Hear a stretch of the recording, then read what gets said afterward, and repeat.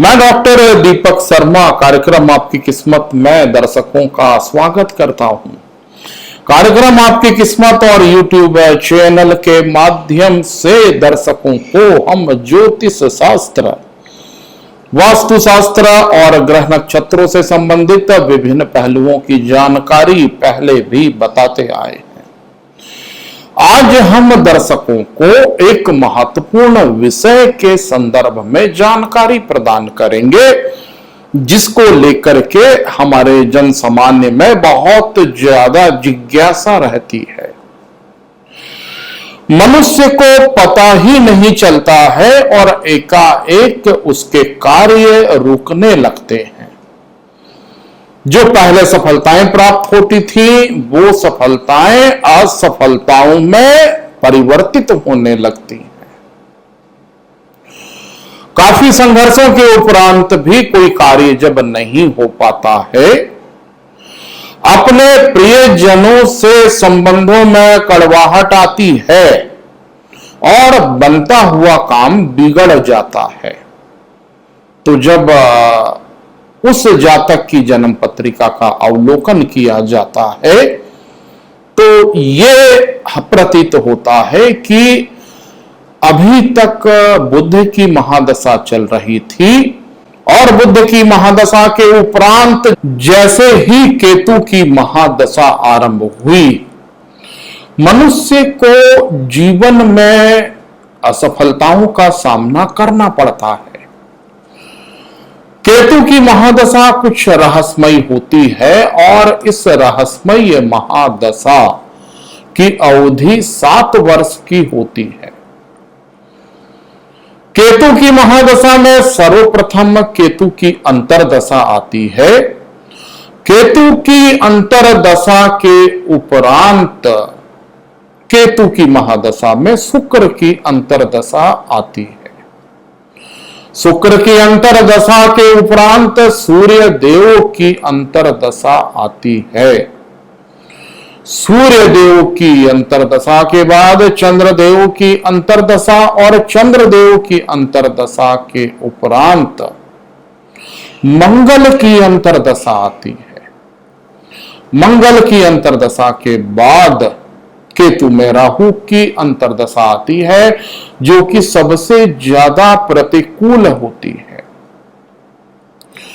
केतु में राहु की अंतरदशा के उपरांत केतु में बृहस्पति की अंतरदशा आती है, जो कुछ अनुकूलताओं को लेकर के आती है। बृहस्पति की अंतरदशा के उपरांत केतु में शनि की अंतरदशा आती है, जो कि पुनः प्रतिकूलताओं का कारक बनती है। और शनि की अंतरदशा के बाद केतु की महादशा में बुध की अंतरदशा आती है, ये भी उतनी अनुकूल नहीं जाती है। अर्थात केतु की महादशा के 7 वर्षों में नवग्रहों की अंतरदशाएं आती हैं। ज्योतिष शास्त्रीय मान्यताओं के आधार पर यह भी कहा गया है कि केतु की महादशा का प्रथम चरण कुछ प्रतिकूल व्यतीत होता है। केतु की महादशा का मध्य चरण कुछ अनुकूल प्रतीत होता है और पुनः केतु की महादशा का तृतीय और अंतिम चरण फिर से संघर्षों को जन्म देता है। केतु की महादशा यदि आपकी है तो आपको केतु के मंत्र ओम केम केतवे नमः अथवा ओम स्त्राम स्त्रीम स्त्रोम साह केतवे नमः ऐसे मंत्रों का स्वतः जाप करना चाहिए। भगवान गणेश जी की पूजा अर्चना भी आपको करनी चाहिए। केतु विभिन्न भाव में बैठ करके अलग अलग फल भी प्रदान करता है। आज हम दर्शकों को उन 12 भाव के विषय में भी जानकारी प्रदान करेंगे कि किस भाव में केतु की उपस्थिति है तो आपको क्या फल प्राप्त होगा। सर्वप्रथम प्रथम भाव की या लग्न स्थान के केतु की चर्चा करें तो प्रथम भाव का केतु मनुष्य को डिप्लोमेटिक यानी कूटनीतिज्ञ बनाता है। ऐसे केतु के कारण जातक के कहने और करने में अंतर होता है। वो कहता कुछ है और करता कुछ है। लग्नस्थ केतु मनुष्य को रहस्यमयी भी बना देता है और मनुष्य के व्यवहार में कुछ शंकाएं नजर आती हैं।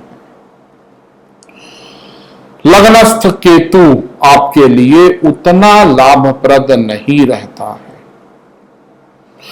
जीवन में बार बार निर्णयों को लेकर के कुछ गलत डिसीजन आपसे हो जाते हैं। प्रथम भाव का केतु आपके लिए कुछ अच्छे परिणामों को लेकर के आने वाला नहीं रहता है। यदि द्वितीय भाव की चर्चा की जाए तो धन कुटुंब वाणी का भाव होता है। इस स्थान पर केतु मनुष्य को कटु वाणी बोलवाता है। मनुष्य को आर्थिक तौर पर भी कभी कभी कुछ झटका सा लग जाता है। कुछ पता नहीं चलता कि पैसे कहां चले गए या क्यों इतनी हानि हो गई। आर्थिक विषयक व्यक्ति गलत निर्णय ले लेता है और उन गलत निर्णयों की वजह से आर्थिक तंगी का सामना मनुष्य को करना पड़ता है।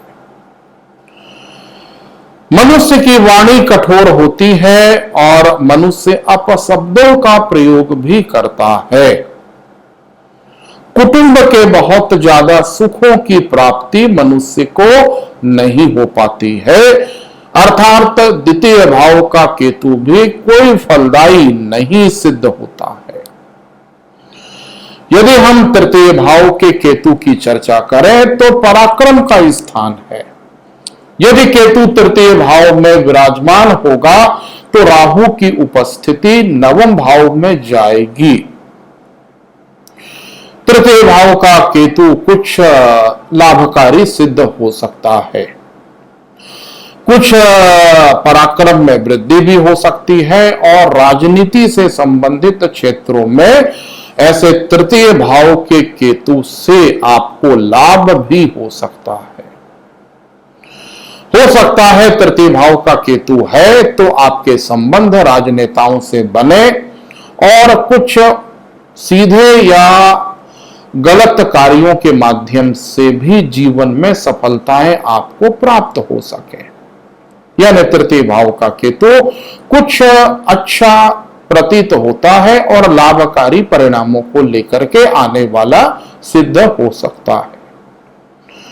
चतुर्थ भाव का केतु सुख संपत्ति का हरण करता है। माता के सुख में भी कमी आती है। मनुष्य को संपत्ति के सुख से वंचित होना पड़ता है। मनुष्य हमेशा परेशान रहता है और कभी भी शांति से वो नहीं बैठ पाता है। सुखों में कमी इस केतु के कारण आती है। चतुर्थ भाव का केतु कुछ नकारात्मक परिणामों को लेकर के आने वाला रहता है। पांचवें स्थान का केतु संतान प्राप्ति में विलंब करवाता है या संतान प्राप्ति में बाधा उत्पन्न करता है। शिक्षा अधूरी रह जाती है। शिक्षा में बार बार अवरोध की स्थिति निर्मित होती है। पंचमस्थ केतु भी कोई अच्छा शुभकारी परिणाम देने वाला नहीं होता है।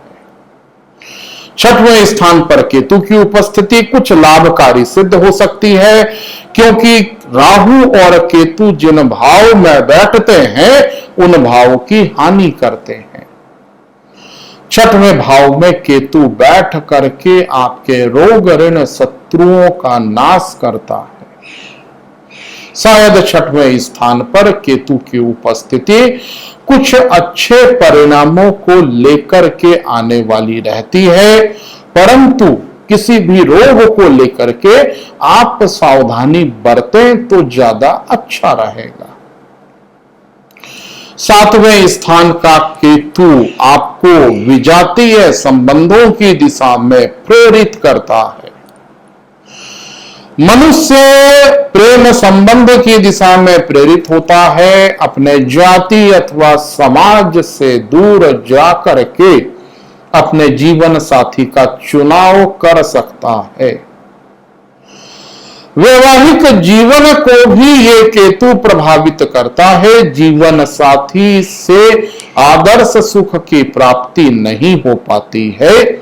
कभी कभार सप्तम भाव का केतु जीवन साथी से धोखा भी करवाता है।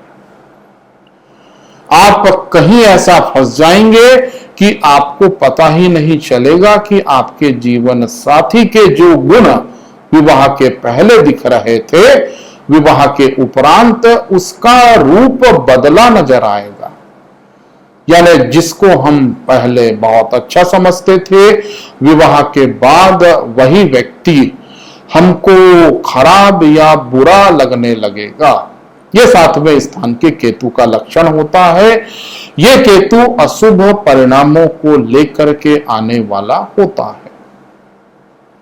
आठवें स्थान का केतु कोई अज्ञात बीमारी का कारक बनता है। ऐसी बीमारी जो कि रहस्यमय होती है और बहुत ज्यादा चिकित्सकीय उपायों के उपरांत भी यदि आपको राहत नहीं मिल पा रही है तो ये आठवें स्थान के केतु का एक लक्षण होता है। यदि केतु की उपस्थिति अष्टम भाव में है तो आपको केतु से संबंधित उपायों को कर लेना चाहिए। नौवें स्थान का केतु यद्यपि धर्म की हानि करता है, मनुष्य का धर्म और धार्मिक क्रियाकर्मों पर विश्वास नहीं होता है। नौवें भाव में केतु है तो ऐसा जातक धर्म अध्यात्म से तो दूर रहता है, परंतु उसे जीवन में कभी कभी कोई आकस्मिक लाभ हो सकता है। लॉटरी, जुआ, सट्टा जैसे घटनाओं से ऐसे व्यक्तियों को लाभ होने की संभावना रहती है। कभी कभी जीवन में कुछ ऐसा हो जाता है जिसकी हम कल्पना भी नहीं किए रहते हैं। नौवें स्थान का केतु कुछ लाभप्रद तो कुछ बुराइयों को लेकर के अर्थात मिला जुला फल प्रदान करने वाला होता है। दसम स्थान का केतु कैरियर में बाधक बनता है। पिता से दूरी होती है या पिता से भौगोलिक दूरी के कारण आपको परिवार और परिवार के दूसरे सदस्यों के सुखों की प्राप्ति नहीं हो पाती है।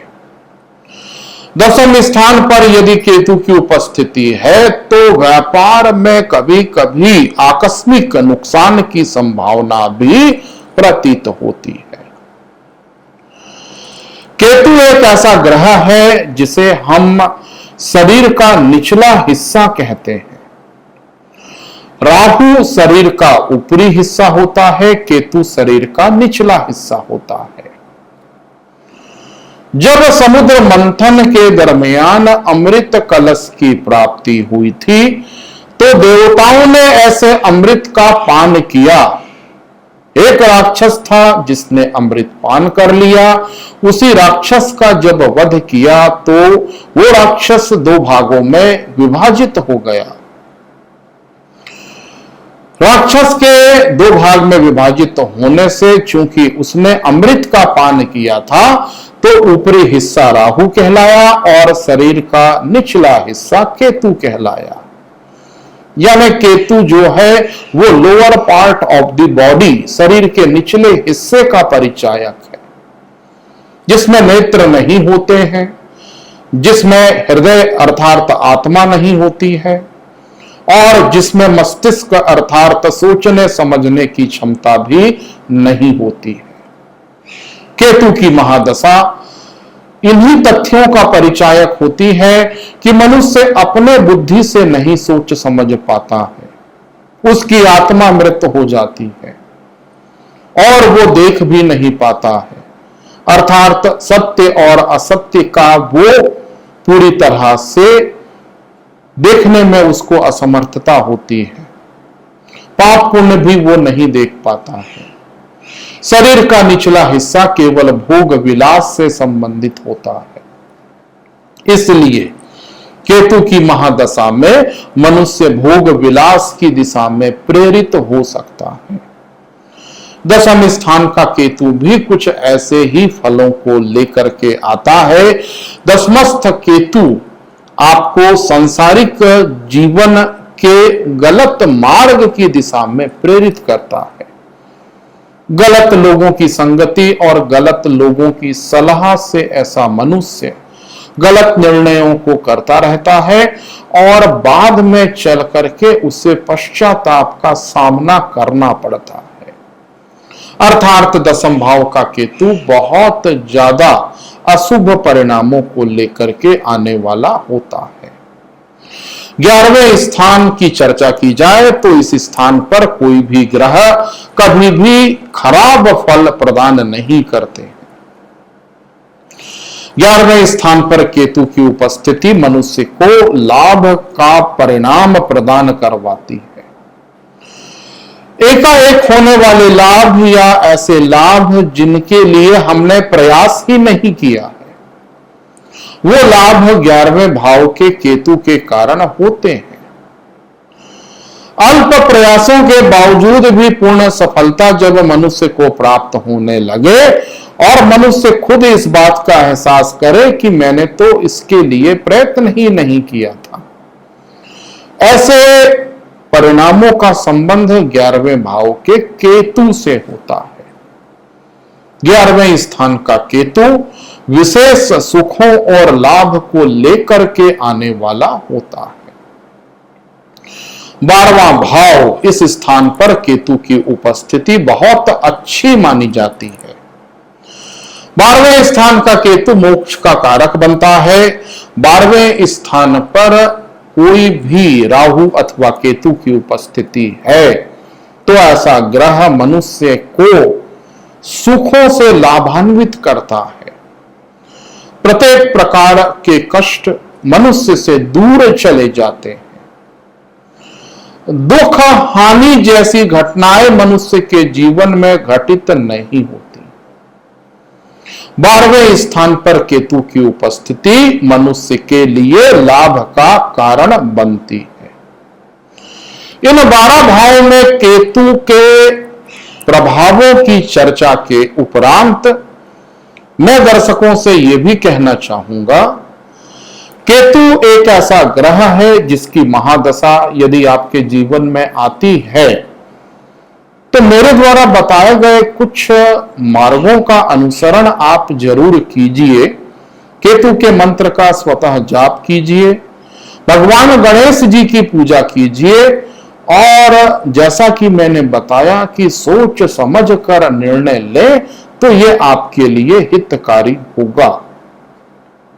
इस दशा में पूरी तरह से निर्भीक होकर के कोई निर्णय नहीं लेना चाहिए या इस दशा में कोई भी कार्य जो कि जोखिम से पूर्ण है उन कार्यों से बचना चाहिए। आने वाले समय में दर्शकों को मैं ऐसे ही रोचक विषयों को लेकर के आपके समक्ष प्रस्तुत होऊंगा। आप हमारे कार्यक्रम में आपकी किस्मत डॉक्टर दीपक शर्मा को देखते रहिए। आपको यदि ये हमारा कार्यक्रम पसंद आता है तो आप हमें सब्सक्राइब भी कीजिए, आप हमें कमेंट्स भेजिए और हमारे व्हाट्सएप नंबर पर आप हमसे सीधी बात भी करिए। अगले प्रसारण और अगली रोचक चर्चा तक के लिए मैं डॉक्टर दीपक शर्मा आप सभी से इजाजत लेना चाहूंगा। नमस्कार।